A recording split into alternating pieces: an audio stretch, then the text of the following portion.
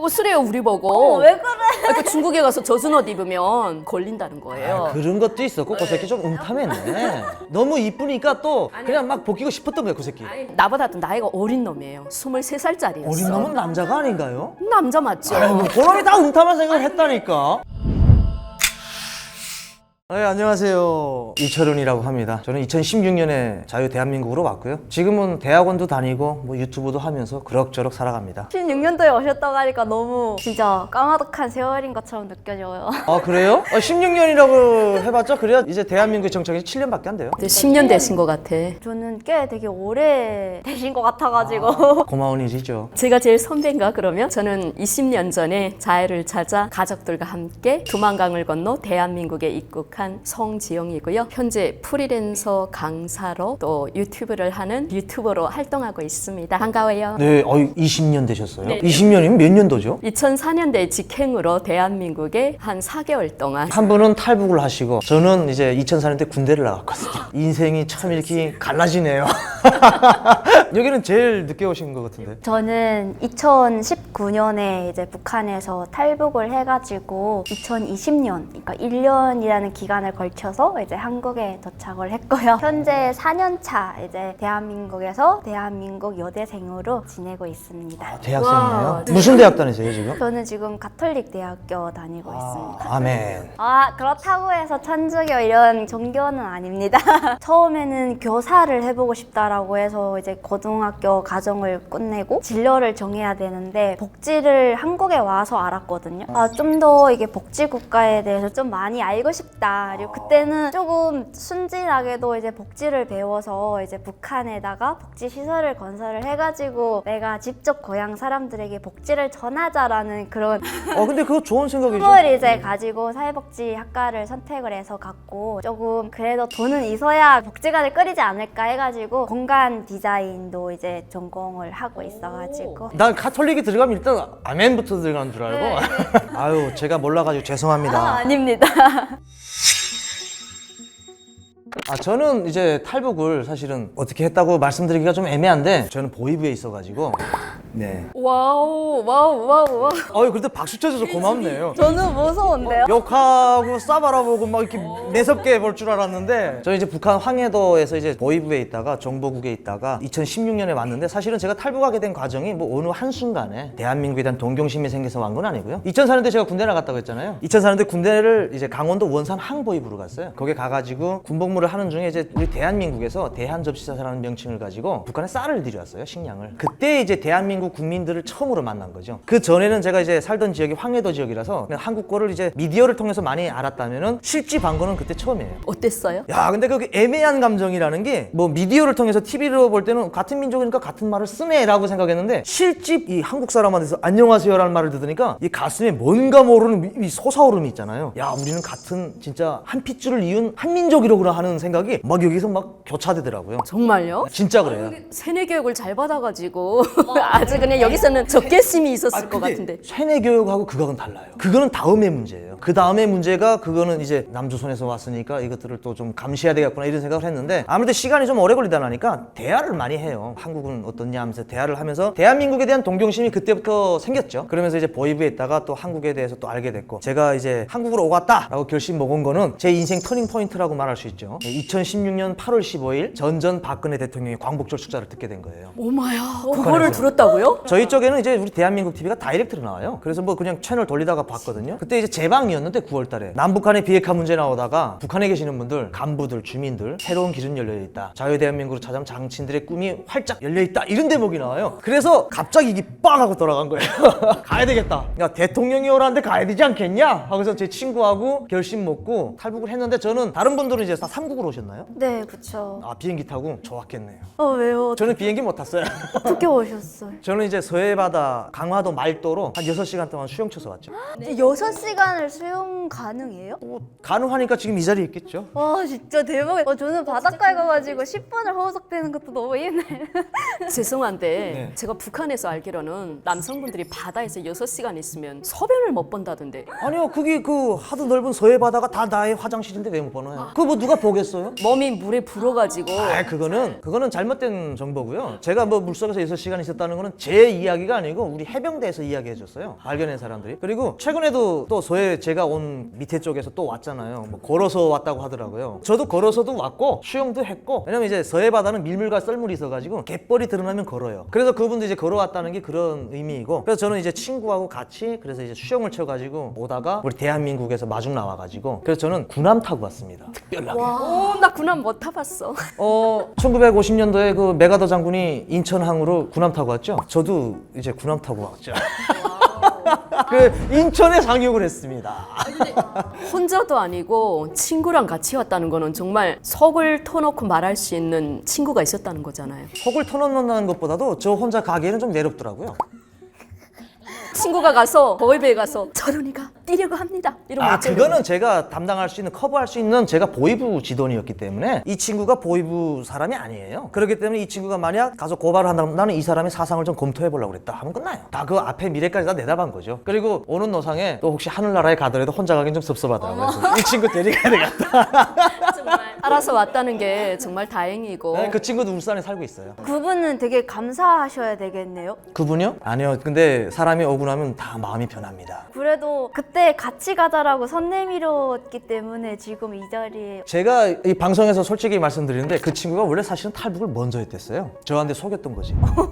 제가 보이부에 있다니까 이 친구가 숨겼던 거예요. 중국에서 원래 북한의 6.18 돌격대 아시나요? 네, 알아요. 6.18 돌격대를 저 북쪽 지역으로 갔다가 거기서 중국으로 튀었다가 잡혀가지고 북송됐댔어요. 근데 나한테 이제 보이부에 있다는 걸 알고, 보이부 친구니까 말을 안 했던 거예요. 근데 내가 가자고 했으니까 속으로는 얼마나 좋았겠어요. 그리고 바다에 오다가 육체가 딸려가지고 자기 바다에 죽겠다고 했댔어요. 근데 제가 끌고 왔지. 근데 그렇게 끌고 오다 나니까 지금에 와서는 뭐 저 잘났다고 그래요.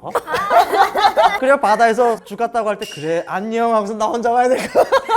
저는 뭐 일단 뭐 인천 항으로 배 타고 왔는데 두 분은 어떻게 오셨어요? 저는 뭐 저희 오빠가 없다면 아마 지금도 북한에서 그냥 그렇게 살다가 죽었을지도 몰라요. 저희 둘째 오라버니가 강원도 김학원에서 군사복무를 하다가 3년 만에 영양실조로 제대돼 와가지고 대한민국에 오기 위해서 몽골 쪽으로 해서 대한민국에 들어왔거든요. 먼저 탈북을 하셨네요. 네, 오빠가. 먼저 탈북을 해서 저희 집에 연락이 오기는 2000년도부터 연락이 왔어요. 근데 이제 제가 되게 선전선동부 쪽에서 일을 하다 보니까 저희 오빠는 제가 좀 바보이고 빨갱이라고 생각했겠죠. 그러니까 제 동생하고 어머니를 자기가 지금 죽을 병에 걸렸는데 두만강가에 나와서 엄마를 한번 얼굴 보고 자기가 나머지 돈도 다 유산도 인계해주고 그게 마지막 소원이다 하는 게 브로커를 통해서 연락이 왔거든요. 아들 한번 보자고 그 브로커 따라 움직였는데 중국에 들어오게 되고 저희 오빠가 이제 만난 다음에 엄마 나 따라 남조선으로 가자 해가지고 브로커한테 인계해주고 자기는 이제 비행기 타고 들어왔거든요. 근데 저희 어머님하고 제 동생이 한 달 만에 라오스 국경에서 잡혀서 북송되게 됐어요. 그래서 한순간에 저희 집은 알지요? 반당 반혁명 정파분자 집이 되고 제가 또 북한에서 그때 선전선동부 기동예술 선전대에서 방송으로 순급돼가지고 한창 신나서 그랬었는데 당을 따라 우리는 간다 하면서 닭살 돋아요. 당이 결심하면 우리는 한다라는 당의고를 높이 받들고 그러던 사람의 가족이 보이부에서 갑자기 우리 집에 와서 지금 보이부에서 취소받고 있어 막 이러는 거예요. 그래가지고 한 40일을 취소받다가 나왔거든요. 그게 이제 김정일의 광폭 정치에 의해서 2003년도에 우리 대한민국이랑 북한이랑 사이가 좋았대요. 그때 좋았어요. 그래서 광폭 정치를 내서 첫 번째는 용서해 준다. 장군님의 이 광폭 정치다 해서 아주 그냥 다시는 안 그러겠습니다. 고맙습니다. 아주 그냥 보이부 차가 우리 집에 찾아왔댔어요. 그래서 어머님하고 동생이 이제 나왔는데 당에서는 중앙에서는 용서해 줬는데 아니 군당에서 제 동생을 잡겠다는 거예요. 일벌 100개 하겠다는 거예요. 거기 너무 두만강연 안에 너무 탈북하는 사람들이 많다 보니까 동생을 중상교도소에 보내겠다는 거예요. 그래서 제가 그냥 생각을 바꿨어요. 너 만약에 언니가 가면 너 갈래? 하니까 언니 가면 나도 가지 막 이러는 거예요. 그래서 그러면 연락해라 브로커한테 뛰자 해가지고 진짜 내가 알고는 못 올 것 같아. 모르고 한 번이었던 것 같아요. 제 동생은 한 번 잡혔던 그런 경험이 있어서 그런지 달리기도 되게 못하거든요. 아니 근데 앞에서 그냥 열심히 뛰더라고요. 근데 언니가 떨어졌는데도 지만 살겠다고 아주 생존 본능이 나타나는 거 있죠. 원래 그래요. 제 친구도 있잖아요. 힘들다고 했잖아요. 제가 끌고 오다가 경비정 나타나니까 지가 먼저 수영 더 빨랐어요. 있어요. 예. 제 친구도 그래요. 아니 근데 김정일이가 광폭 정치를 그렇게 살려줬는데 또 당에서 또 그러나요? 군당에서 잡는 거예요. 그러니까 중앙에서는 용서해줬는데 군당에서는 젊은 사람을 일벌백계로 야 봐라 두만강 넘거나 압록강 넘거나 이렇게 가면 너 이렇게 교도소 간다. 그러니까 일벌백계 하려는 거지. 군당이라는 거는 중앙 그리고 도당, 군당 그리고 구리 이렇게 나가는 거예요. 예를 들면 뭐 꽃바꾸 같은 데 보내면 뭐 6개월, 3개월이면 그나마 뭐 우리가 면회도 가고 이러니까 올 생각을 안 했어요. 근데 중산교도소는 함경북도에서 중산교도소까지 우리가 면회 한 번 가려고 해도 한 달 걸려요. 꽃바꾸가 뭐예요? 저도 꽃바꾸랑 노동 단련대형. 아, 그거를 꽃바꾸라고 하나요? 군에서 저 처음 들어보는 아니 단어. 저도 단련대라고는 하는데 꽃바꾸는 그쪽 지역에서 얘기하는 건가요? 함경도 쪽에서는 대부분 다 우리가 꽃바꾸? 야, 저 꽃바꾸 갔다니 러시아 말인 것 같아요. 러시아 말을 약간 와전해가지고 쉽게 야 근데 어쨌든 고생해서 오셨네요. 어쨌든 그 감명 깊은 탈북 스토리를 폐부로 너무 느끼면서 들었습니다. 입에다 침 바르셨어요? 근데 저도 철은 씨처럼 헤엄을 치긴 쳤어요. 두만강을. 군인이 그러더라고요. 넘기 전에 두만강까지 넘겨주고 중국에서 잡힌 거는 이제는 우린 모른다. 그렇죠. 당연히. 그리고 자기는 팬티바람이 아예 하얀 팬티 군대 하얀 팬티 두만강을 같이 넘겨줘요? 넘겨줬어요. 바쁘고 쓰래요 우리 보고. 왜 그래? 그 중국에 가서 젖은 옷 입으면 걸린다는 거예요. 그런 것도 있었고 그 새끼 좀 음탐했네. 너무 이쁘니까 또 그냥 막 벗기고 싶었던 거예요 그 새끼. 나보다 도 나이가 어린 놈이에요. 23살짜리였어. 어린 놈은 남자가 아닌가요? 남자 맞죠? 그놈이 다 음탐한 생각을 했다니까. 거기서는 지금 중년이야 사년이야 하는 생사의 이제 갈림길에 섰으니까 부끄러움이란 게 없더라고. 솔직히 말하면 평안한 상태에서 버스를 하면 내가 왜 버스입니까? 이렇게 하는데 빨리 버스라고 막 이러니까 지금 언제 따질 경황이 없어요. 야 하란 대로 하자 뻗자. 그래서 헤엄에 막 치다가 근데 아무리 내가 헤엄을 잘 쳐도 수영장이나 저수지에서 치던 거하고 다르게 두만강은 물살이 있더라고요. 내가 아무리 직선으로 가려고 해도 계속 이렇게 또 내려가든가 걔가 그러는 거예요. 아니 이쪽으로 한도를 틀라고요? 이쪽으로 한도를 틀라고요? 막 이러는 거예요. 아니 근데 내가 한도를 틀고 싶은데 내 몸이 자꾸 물살에 떠밀리는데 막 그리고 또 헤엄치고만 조금 헤엄치니까 발이 닿는 거예요. 그다음부터 막 기어 나와가지고 그다음에 언제 벌새가 있어 이렇게 하고 또 옷을 갈아입고 두만강 건널 때만 속옷바람이 들어왔잖아요. 저희 친구는 대한민국에 들 때 팬티바람이 들어왔어요. 저는 대한민국에 들어서 첫 컷이 야 그래도 북한에서 보이브 했다는 놈이 그 팬티바람에 사진 찍는 건 영모양 빠지는 것 같더라고요. 저는 옷을 다 입고 왔고 근데 이 친구는 힘드니까 언제 다 벗었는지 모르겠는데 팬티만 입고 있더라고요. 물에서 무거우니까 바다에서 언제 벗었는지 모르겠는데 다 벗었더라고요. 저는 그 김정은이가 입는 찌메르라는 거 있잖아요. 그거 다 입고 왔어요. 저 미안한데 배지까지 달고 왔습니다. 뭐래 우리 대한민국 군인들이. 그 뗄 수가 없는 게 총을 갖다 대고서 이제 귀순이냐 하니까 이거 움직였다가 뭐 총 꺼내주라고 방아쇠 당기면 야 이건 뭐 한국 땅 밟아보지 뭐 더 죽겠는데 그냥 있었죠 뭐. 일단은 저희들은 이렇게 얘기했는데 2019년에 오신 분은 어떻게 날아서 오셨나요? 어떻게 오셨나요? 제가 5살 딱 되고 6살 되는 해에 부모님들이랑 다 같이 중국으로 탈북을 했었거든요. 강 건너는 기억부터 이제 다 생각이 나는데 중국에서 한 달을 이제 살다가 무산 쪽에서 그때 그 보이부 소장이 신재만이라는 분인데 정말 못됐어요. 이름까지 다. 신재만 넌 누구니? 그분이 되게 엄청 못되신데 그분이 오히려 중국 쪽에다 우례를 하셔가지고 그냥 뭐 탈북을 했다라고 하지 않고 을 하고 넘어간 자이니까 빨리 잡아달라고 의뢰를 한 거예요. 그래서 한 달 만에 이제 공항에 잡혀가지고 가족이 다 잡히고 이제 외할머니가 중국에서 살고 계셨는데 저희랑 같이 있다 보니까 다 같이 잡힌 거예요. 아빠는 남자라고 해가지고 이제 밥도 안 먹이는 거예요. 이렇게 새를 이렇게 채우고 쇠고랑 채우고요. 수갑을 뒤로 채우더라고요. 남자는 안 먹어도 사나? 도망간다고. 그러니까 남자는 힘이 좀 있으니까 도망간다고. 기차를 타고 이제 저희 무산근 보이부가 되게 유명하거든요. 옛날 로마 시대처럼 보이부 감옥이 이렇게 동그랗게 만들었어요. 새살창으로 해가지고. 거기에 저도 같이 한 3일 정도 있었는데 6살 때. 네, 화장실도 제 시간에 못 가게 하다 보니까 방광염이 와가지고 막 바지에 계속 싸게 되고 이렇게 충격을 받고 저는 할머니한테 가고 저희 아빠랑 엄마는 이제 6년씩 교화용을 먹고 교도소로 엄마는 개천 교도소 가시고 아빠는 중산으로 이제 가셨는데 있었는데 저희 아빠는 교도소에 가셨다가 나오셔가지고 3일 만에 이제 돌아가시고 이제 너무 저희 아빠가 키도 엄청 크시고 이제 체격이 있다 보니까 그만큼 많이 드셔야 되는데 못 먹고 막 이래가지고 3일 만에 이제 돌아가시고 엄마는 아빠가 돌아가신 지 한 20일 만에 다시 형을 끝내고 오셨더라고요. 엄마는 저랑 한 30일인가 같이 있다가 다시 중국으로 이제 탈북을 했어요. 그래서 그런 과정을 통해서 이제 저는 엄마랑 같이 살려고 엄마도 계속 저를 데리고 오지 못해가지고 계속 고생하시고 하다 보니까 2019년에 이제 엄마가 보낸 브로커 통해서 이제 오게 됐죠. 진짜 다른 어린 친구들도 그런 탈북 과정은 다 겪었겠는데 이제 저희 아빠가 북송을 한다는 사실에 중국 그 감옥에 갇혀있을 때 이렇게 자신다고 목을 매단 적이 있었어요. 근데 이제 그 중국 감옥에는 이렇게 다 같이 누워 있었거든요. 그래서 하루 동안 거기 누워 있었는데 이제 화장실 가려고 이제 딱 깨놨는데 아빠가 벽에 이렇게 매달려갖고 막 발버둥 치는 거예요. 그래가지고 그때 막 공항한테 막 살려달라고 막 난리를 부려가지고 막 코를 이렇게 누르셔가지고 이제 살려갖고 응급처치를 했는데 목을 매다셨으니까 여기가 다 죽어 있는 거예요. 6개월 동안 이제 그 치료를 엄마 아빠 했는데 할머니가 갑자기 보이부에서 엄마 보여주겠다고 데리고 오라고 한다고 저를 넣는데 부르는 거예요. 그래서 저는 엄마를 만난다라고 막 신나가지고 보이부에 이렇게 딱 갔는데 할머니는 못 들어오게 하고 저를 혼자 이제 원룸 같은 이런 사무실 자그만한데 혼자 이렇게 앉혀놓는 거예요. 그래가지고 엄마가 이제 여기 오나 보다라고 딱 앉아서 기다리는데 갑자기 문이 열리더니 아저씨 2명이 들어오는 거예요. 근데 한 명은 이제 보이부 사람이었고 한 명은 이제 아빠인데 거기는 이제 재수가 되면은 이렇게 바로 쳐다보지를 못하잖아요. 이제 머리를 이렇게 수그리고 이제 수갑을 이렇게 차고 들어와서 제 앞에 이렇게 그 맨 땅바닥에 무릎 꿇고 이렇게 앉아가지고 있는 거예요. 6살 때거든요.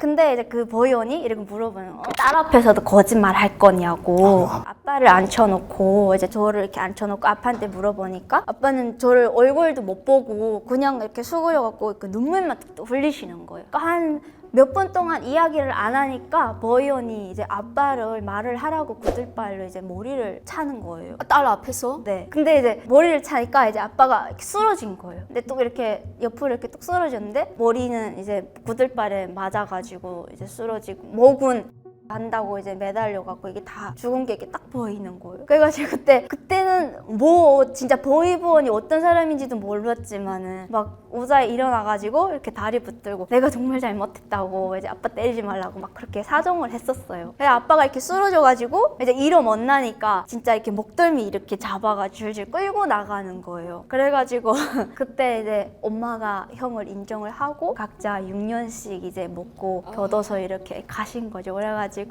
저 탈북했다가 그 북송 가정에 트라우마가 너무 많아가지고 8살부터 막 10살까지 어떻게 살았는지 기억이 안 나는데 그 6살에 그 북송됐던 가정은 어제 당한 일처럼 너무 생생한 거예요. 제가 한국에 와서도 지금까지도 후회를 하는 게 그때 아빠가 하려고 할 때 그냥 발견 안 하고 모르는 척 했으면 5년이라는 그 고생을 하지 않고 하늘나라에 가시지 않았을까 막 이런 후회를 너무 지금 하게 되는 거예요. 그래서 진짜 시청하시는 분들도 아셨으면 좋겠는 게 진짜 이게 분단의 아픔이라는 게 이래서 더 슬픈 것 같아요. 저도 진짜 이거를 후회를 하면서도 진짜 이게 딸이 아빠가 죽어가는 거를 모른 척 하는 게 오히려 더 낫지 않았겠냐라는 생각을 하는 게 진짜 너무 어이가 없는 거예요. 야, 이거 성민 씨 진짜 너무 어린 나이에 그런 저는 그래서 보이브라 가면 좀 많이 무서워요. 그래서 이게 근데 진짜 어린 나이에 진짜 가슴 아픈 사연이 많네요. 예, 뭐 제가 그런 건 아니지만 그 북한 그 개놈들을 대신해서 용서를 빌게요. 근데 그건 떠나서 그놈들은 후에 가서 꼭 복수하세요. 네. 오늘 저는 방송을 여기서 마무리 짓겠습니다. 근데 저는 이 보이부, 이 북쪽이 이거 보이부 소리를 들으면 저게 진짜 보이원 새끼들이 저딴 짓을 하나 하는 생각이 들어요. 저희는 남쪽 지역인데 저희는 진짜 사람을 때려보질 못했어요.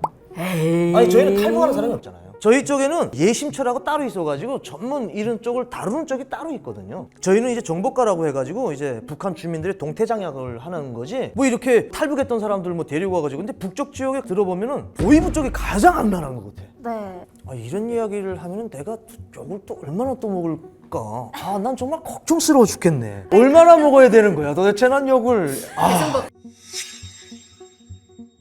제가 이제 두만강 넘기 전에 그래도 이제 엄마가 있는 곳이고 또 저희 나머지 친척들이 있으니까 이렇게 딱 저희 샛별적으로 이렇게 한 바퀴 이렇게 딱 뒤를 돌아봤거든요. 근데 이제 장마당 모습이 막 떠오르면서 그 장마당에서 서로 살기 위해서 아비 귀환처럼 아침에면 그 사람들이 막 새벽에 이런 딸딸이라고 해야 되나? 그거 쫙 끌고 그 장마당에 들어가서 서로 자리 차지하겠다고. 구르마라고 하나? 그거 뭐 딸딸이는 조금 듣기가 좀 그런데. 예, 구루마라고도 하고 딸딸딸딸 밀고 다닌다고 해서 뭐 이제 딸딸이라고도 하고 여기 요만한 구루마예요. 우리 처음에 나가지고 뭐 제가 빨아들일까요? 뭐 이러니까 뭘 빨아들여? 뭐 이러더라고. 근데 노래가 그런 거 있습니다. 뭐 이랬더니 이게 너무 문화의 차이인 것 같아요. 일단 선구루마를 이렇게 끌고 들어가는 그 사람들의 모습이 막 떠오르고 그리고 갑자기 혁명역사 배운 그게 딱 떠오르면서 내가 가면 언제면 다시 오냐 뭐 이런 생각이 막 들어. 세뇌에 아주 그게 그냥 뭐 이제 내가 가면 모든 화살들이 이제 우리 맏오빠랑 엄마 그리고 나머지 친척들한테 다 향하게 되는구나. 그리고 내가 두만강을 정말 넘는구나. 이렇게 넘게 되면 내가 언제면 다시 이 조국으로 돌아오지? 막 이런 생각에 야 내가 정말 이 가는 길이 얼냐? 이러면서도 내 두만강에 넘었던 그 생각이 나거든요. 저는 뭐 북한에 대한 뭐 기억은 뭐 어쨌든 지금이나 예전이나 아마 북한 시스템은 같으니까. 근데 저는 이제 제 친구하고 무인도에 들렸다 무인도에서 파레트 가지고 뗏목을 만들었어요. 밤에. 왜냐면 그 다시 물에 못 들어가겠더라고요. 낮에 보니까 저길로 내가 우리가 어떻게 왔지 하면서 되게 무서운 거예요. 그래서 보니까 이제 파레트가 떠내려간 것도 있고 거기 스트리펌도 있고 페트병들이 있는 거 싹 다 그냥 밧줄 뭐 그냥 섬에 그냥 있는 것 갖다 다 만들었어요. 나침판은 있었어요? 근데 이게 대한민국인지 어디나 말도 해병대가 태극기가 있어가지고 그게를 목표로 삼아 갖고 왔죠. 그래서 그 무인도에서 파레트를 만들어가지고 파레트를 대한민국 쪽으로 물이 흐를 때 썰물 때 빠질 때 이제 파레트를 놓고 거기에 몸을 실은 거죠. 둘이가 쭉 빠지는 거죠. 뭐 말이 배지 다 잠긴 거예요. 그냥 이렇게 잠겨가지고 오면서 바라보면 북한이 보여요. 제가 살던 고향이 보이고 이쪽엔 한국 말도가 보이는 거예요. 그 중립에 있는 거예요. 저희가 둘이서 앉아가지고 그걸 보면서 되게 생각이 착잡했던 것 같아요. 고향에 저도 어머님이 혼자 계시니까 다행히도 어머님이니까 괜찮다고는 하지만 이렇게 보면서 야 여기서 이렇게 금방 왔다 갔다 할 거리를 이제 한 번 가면은 영원히 어머니는 못 볼 수 있다라는 생각이 갑자기 딱 들면서 제가 그렇게 눈물이 많다고 생각해 본 적은 없는데 그 고향을 바라보면서 이게 줄줄줄 흐르더라고요. 그때 제가 눈물 구멍이 뚫린 것 같아요. 이게 바라보는데 고향 하늘을 고향 집 거기 보면 이렇게 집들이 보이니까 보면서 어딘가에서 어머니는 내가 지금 보이부에서 근무를 잘하고 있을 거라고 생각했는데 한순간에 지금 한국으로 가고 있으니까 제 친구는 이제 아버님 어머님 다 없어요. 다 하늘나라를 가셨어요. 그러니까 오면서 둘이가 우는데 이 친구는 생뚱같이 울지 않아도 되는데 우는 거예요. 넌 왜 우냐? 하니까 몰라 나도 눈물이 나. 힘들어서 우는지 왜 우는지 모르겠는데 우는 거예요. 근데 거기서 무슨 토장국 냄새가 나겠어요. 그 바다에서. 근데 어머님이 끓여주던 그 토장국 냄새가 지금도 솔직히 그리운데 그 냄새가 막 나는 거예요. 그래서 저도 진짜 아이고 바다 위에서 진짜 둘이서 펑펑 울었는데 그때 딱 바라본 그 고향 마을이 너무 참담해 보였어요. 우리가 흔히 보는 이제 그림에서나 볼 수 있고 크로마키로 막 보이잖아요. 시커먼 어둠 속에 그 집 같은 유령들이 사는 집 같은 그런 생각이 드는 거예요. 볏집으로 된 기아 이거 위에 지붕을 볏집으로 했잖아요. 농촌에는 그런 것도 보이면 황해도 그런 데 많아요. 볏집으로 이렇게 해놨거든요. 그 쥐도 엄청 많아요. 쥐하고 동고동락 같이 해요. 그런 거를 보면서 야 진짜 저 어둠의 세계가 언제면은 저기도 이제 햇볕이 들지 그런 생각이 들면서 우리 어머니를 내가 못 모시고 오니까 바다로 어떻게 모시고 오고 있어요. 제가 어머님을 바다로 모시고 오면서 죽이 같다는 거예요. 그거는. 그래서 차라리 그건 말이 안 되는 거기 때문에 다행히도 제가 이제 한 1년 전에 저희 어머님 사진을 받아봤어요. 황해도 쪽에서. 근데 너무 비싸더라고요. 사진 한 장 딸까닥 받는 게 700만 원 들더라고요. 괜찮게 사시나 봐요. 일본제 가방만 들고 다니시더라고요. 그래서 속으로는 너무 행복했어요. 그래도 행복하게 잘 살고 계시니까. 저는 그래서 끝으로 그냥 제가 바라본 고향은 그리운 어머님과 함께 암흑의 북한이었다. 그 생각입니다. 저는 2019년에 이제 북한에서 나왔잖아요. 근데 저는 엄마한테 온다라는 그 설레임 때문에 이제 강 건널 때 다시는 북한에다가 내가 방구도 안 낀다. 강 건너면서 그 기억을 다 삭제하고 오고 싶었거든요. 그래서 저 지금 친구들도 야 북한 노래 한번 하나만 좀 해줘봐. 북한 노래 좀 배워줘. 저 북한 노래 가사 생각이 안 나요. 강 건널 때 그 기억을 다 삭제해버리고 싶어가지고 이제 그렇게 근데 그때 되나요? 삭제가 되나? 삭제는 안 돼요. 누군가가 이야기하면 또 다 떠오르고 막 그렇죠. 그렇죠. 근데 그냥 무의식적으로 그냥 생각을 안 하는 거죠. 제가 올 때는 북한이 함경북도 무산근이라는 거는 무산강산이 되게 유명하고 배급을 되게 잘 거의 다 노동자이거든요. 배급 없이 살 수 없는 동네예요. 근데 뭐 그때 이미 다 뭐 국경 다 막히고 세관이 다 막히다 보니까 배급을 안 돼요. 아예 그냥 국가라는 그게 다 상실돼 버린 거예요. 진짜 노동자들은 배급이 없으니까 뭐 출근을 했다가 저녁에 들어올 때면은 강산에서 쓰는 이런 부석들이 있잖아요. 뭐 차 부석이라던가 기계에 들어갈 수 있는 부석 훔쳐오는 거예요. 경비를 하면서 훔쳐다가 밤에 그걸 팔아가지고 다음날 아침에 쌀 사 먹으면 다음날 출근하면은 부석을 이거 채워 넣어야 기계가 돌아가기 때문에 노동자들이 얼마씩 내라 뭐 이러는 거예요. 그러니까 배급은 안 주고 이제 노동자들에게 던 걷어내고 전기가 없어서 수도도 뭐 다 끊긴 지는 오래됐고 그리고 뭐 농장은 농장대로 그 채워야 될 1년 가업 있잖아. 할당 있잖아요. 그거를 너무 높으니까 1년 동안 농사를 지어도 채울 수 없으니까 농사 지은 거 고스란히 다 바치고 난 겨울에 본인들이 먹을 게 없으니까 그냥 낮에 밭에 가서 그냥 대충 씨만 뿌려 넣고 그냥 밭은 방치하고 각자 시골에 뭐 약초해서 먹고 살거나 뭐 싹벌이 해가지고 이제 여기 말하면 일당인 거죠. 남이네 집 밭에 가서 김매기 해주고 옥수수 받고 이렇게 살다가 구시구시 사니까 농장도 이제 쌀 생산, 식량 생산이 안 돼가지고 국량미도 점점 없어가지고 군인들이 계속 훔치러 이제 다니고 제가 마지막으로 봤던 무산은 다 망가진 체제 속에서 그냥 국민들이 진짜 하루하루 먹고 살기 바쁜 그런 속이었어요. 근데 또 한편으로는 무산 국경지대이다 보니까 뭐 한국이나 중국의 가족들이 있는 분들은 또 돈을 이렇게 받으셔가지고 뭐 옥수수에다 쌀 좀 섞어 두시고 뭐 핸드폰도 다 사고 이래가지고 뭐 또 옥수수 국수를 팔면서도 핸드폰을 사는 그런 유행도 많이 변화가 됐고 저는 이제 인천공항 딱 내려가지고 이제 새벽에 들어왔는데 이제 여자분들도 있었고 남자분들도 있었는데 다 까만 정장 입고 이제 마중 나오신 거예요. 근데 너무 가짜 여권의 이름을 막 부르는데 너무 무섭게 부르는 거예요. 줄 서라고 그러고 줄 떨어지지 말고 따라오라고 그러고 너무 무섭게 이야기하시는 거예요. 그리고 설명 같은 거 없이 이제 딱 이름 다 확인하시고 이제 인천공항 딱 빠져가지고 앞에 대기에 있는 버스를 타라는 거예요. 그래서 바로 적십자병원에 가가지고 건강 이거 검진 다 하자 않나요? 근데 막 피 뽑고 막 이러니까 갑자기 드는 생각이 잘못 걸렸나? 이거 피법 하나 뭐 이런 생각을 그때 막 중국에 막 피를 이렇게 팔고 막 이런 유머가 이제 돌고 막 이랬어요. 유언비어가 그런 것들이 있었어. 너무 국정원 분들의 그 첫 인상이 너무 무서워가지고 있잖아요. 건강검진 받고 이제 국정원에 딱 도착을 했는데 그 옷을 다 수거하고 사무실 뒤에 보내고 따라오라는 거예요. 이때 꾸락질 가서 샤워하라.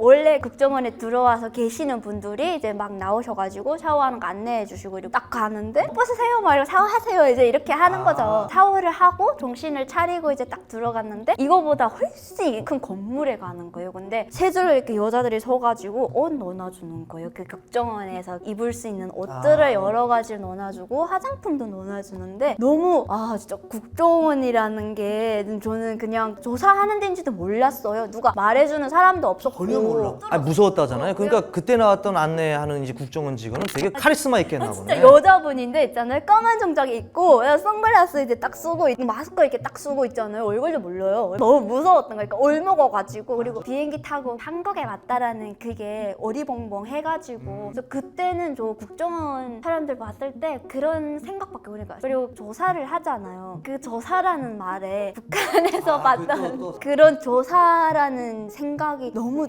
그렇게 하면 어떡하지? 그러니까 조사라고 하니까 일단은 너무 떨리는 거예요. 조사관 선생님이 이제 마중 나오셔갖고 데려가는데 저 너무 무서워가지고 그 계단 올라가는데 그 선생님 발걸음만 이렇게 따라 올라가지 발걸음 소리 안 나게 그리고 조용히 따라가니까 그분이 따라오는지 일본 애들처럼.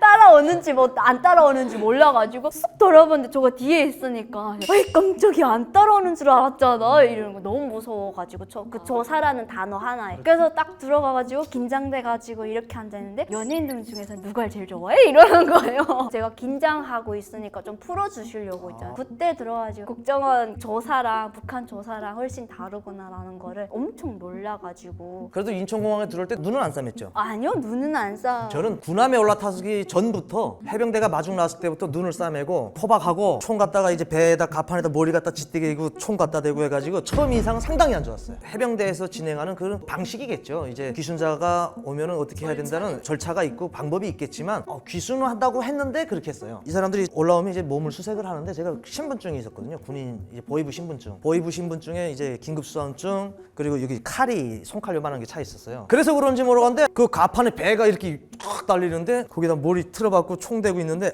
조금 처음에는 이렇게 지금에 와서는 그렇지만 그때 당시에는 그랬어요. 자존심이 상했어요. 내가 이게 괜히 왔나 하는 생각이 그때 잠깐 들었어요. 근데 그렇게 하고서 이제 큰 배로 옮겨져 가지고 다 뭐 안대 메고 했으니까 군함 타고 인천 항에 들어왔는데 다리 벌려가면서 다리도 발로 톡톡 이렇게 하는 거예요. 완전 진짜 적을 대상하듯이 하더라고요. 그리고 이거 포박까지 했는데 그리고선 이제 왔는데 국정원에서 마중 나왔는데 국정원 누군지도 모르죠. 이제 헌병들이 와가지고 팔 따다닥 4명이 와가지고 둘이 이렇게 하고 팔을 탁 뜯고서 스타렉스에 탁 태우는 거예요. 그때는 이 생각했어요. 야, 이거 눈까지 다 가렸는데 지금 내가 어디 가는 거지? 아무 뭐 없는 거예요. 근데 뭐 둘이 뭐 이야기하는 거예요. 국정원 직원들끼리 뭐 집산 얘기하더라고요. 그래서 분명히 한국 놈들은 많네.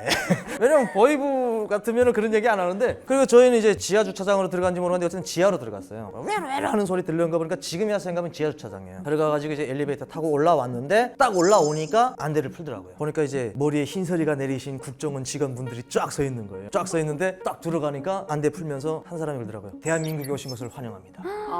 그때 그 기분 나빴던 거 싹 없어졌어. 대한민국에 오신 것을 환영합니다 하면서 박수 쫙 쳐주는 거예요. 근데 그때 눈물이 터져서 그러면 그때도 또 뭉클하려고 그러더라고요. 내가 이놈들한테 뭉클하면 안 된다. 감성을 추스려야 된다. 박수 쳐줘가지고 이제 딱 들어갔죠. 그러니까 이제 거기에 들어가면 이제 사진을 다 찍어요. 처음에 그때 이제 첫 사진이 이 친구는 이제 팬티바람에 찍은 거고 저는 옷 다 입고 찍은 거고 그리고 뭐 키로수 재고 뭐 몸무게 재고 다 하더라고요. 그래서 저희는 이제 다른 분들하고 좀 다른 데서 조사를 받았거든요. 각 방에다가 따로 여놓고 이제 샤워를 하라고 하더라고요. 다음 날부터 조사를 했는데 조사를 할 때 저는 보이부처럼 하진 않는다라는 생각은 했어요. 왜냐면 저도 뭐 북한에서 대충은 좀 알고 있었으니까 국정원 매뉴얼대로 딱 하더라고요. 첫 질문은 딱 그거예요. 북한 보이부에서 이 정도에 있었는데 왜 왔냐가 첫 번째 질문이에요. 제일 궁금해하는 거예요. 먹고 살만하고 보니까 뭐 보이부에서 실제 보이부에서 지금 현재 현직에 있던 사람인데 왜 왔죠? 이게 첫 질문이에요. 그 다음엔 뭐 매뉴얼대로 그냥 갔고 거짓말 탐지기 했고 그래서 특별한 인상은 다른 탈북민분들은 뭐 젊고 멋있는 국정원이 있었다는데 저는 전혀 그런 거 없었고요. 우리 아버지 나이뻘 되시는 분들이 조사를 냈고요. 되게 신사적으로 했고 저는 뭐 쓰고 컴퓨터 갖다 줘가지고 컴퓨터로 하고 그렇게밖에 안 했어요. 저는 이제 인천공항에 내렸을 때 남들은 뭐 비행기에서 내려가지고 뭐 화장실도 구경하고 뭐 사람들도 구경했는데 저는 진짜 그런 기억이 없어요. 빨리빨리 따라오세요 해가지고 우리는 사람들이 통과하는 대로 통과 안 하고 다른 데를 통과하는 거 알죠? 버스도 밖에 내다보지 말라고 하고 대성공사를 휙 항해요. 거기서 화장실 봤다니까? 인천공항에서는 화장실 진짜 못 봤어요. 죄송한데 그때 사람이 정말 많이 들어왔거든요. 2004년도 저희가 이제 몽골에서 들어왔을 때 보니까 비행기 타고 저기 동남아에서 들어오신 분들이 빠글빠글 한 거예요. 국정원에. 그러니까 일주일 동안 저희는 큰 방에서 놀았어요. 일주일 동안 뭐 사탕 주고 과자 주고 그냥 먹고 휙 놀다가 오락했어요. 오락캔 못하고 아주 그냥 지랄 발광이 나가더라고요. 가다 놓잖아요. 그리고 하루도 아니고 2, 3일에 한 번씩 마당에 나가서 1시간 동안 햇빛 쬐기 시킨단 말이에요. 그러니까 막 진짜 지랄 발광이 나가니까 뭐 CCTV 있는지 없는지 일단 구석 다 봤어요. 근데 없는 것 같아. 그래서 거기서 그냥 여자들끼리 먹맛하기도 하고 앞전하고 뒷전하고 벽에 꼬투서기 하고 아주 그냥 아마 누가 CCTV를 보면 아마 재미났을 것 같아. 여자들끼리. 아마 보면서 그렇게 아이고 저것들이 미치려니까 지금 별나게다 미치노나 하면 근데 이제 일주일 딱 지나니까 잘생긴 분이 오셔가지고 데리러 오신 거예요. 그래서 덧방에 딱 들어갔는데 처음에 그러더라고요. 고향이 어디에 있어요? 고향이 여기다 했더니 구글을 딱 펼치는데 난 거기서 깜짝 놀랐어요. 와, 남조선이 이렇게 구글까지. 그때는 대한민국을 저희가 남조선이라고 알았으니까 남조선이 이렇게 우리 집까지 이렇게 찾는구나. 그러니까 내가 거기 사람인지 얘네가 확인을 해보느라고 학교 어디예요? 병원 어디예요? 그러면 당신네 집은 여기겠구만. 이렇게 집까지 다 적고 뭐 여기가 새로 생긴 저수지죠? 뭐 이러면서 이런 것까지 다 아는 거예요. 그래서 이 사람들이 어떻게 이렇게 손바닥처럼 잘 알지? 뭐 거기서 한번 놀랐고요. 제가 북한에서 수학은 못했는데 암기는 진짜 잘했어요. 그러다 보니까 물어보는 쪽쪽 제가 다 대답했거든요. 그러니까 얘네가 의심하는 거예요. 마지막에 소년단 입단 선서까지 물어보는데 내가 사회에 나와서 한창 26살 될 때까지 그 소년단 입단 선서를 기억하고 있다는 게 의심스러웠나 봐요. 나는 아버지 원스님께서 세워주시고 지도자 선생님 선생님께서 빛내어주신 영광스러운 조선소년단에 입단하면서 언제 어디서나 조직과 집단을 사랑하고 이게 쭉 약간 좀 무서워지려고 한다니까. 그러면 내가 방성원 했다는 거 한번 증명해버려요. 그래서 그 회고록 읽을 때 보면 1편에 보면 이제 김일성의 멘투가 있단 말이에요. 인민을 믿고 인민에게 우거하면 100번 승리하지만 인민을 멀리하고 인민의 버림을 받게 되면 100번 패한다는 진리. 나 이거에 닭살 뒀지 왜? 이걸 했단 말이에요. 그랬더니 야 너는 준비된 자 같아? 뭐 이러더니 너는 조선족 같아?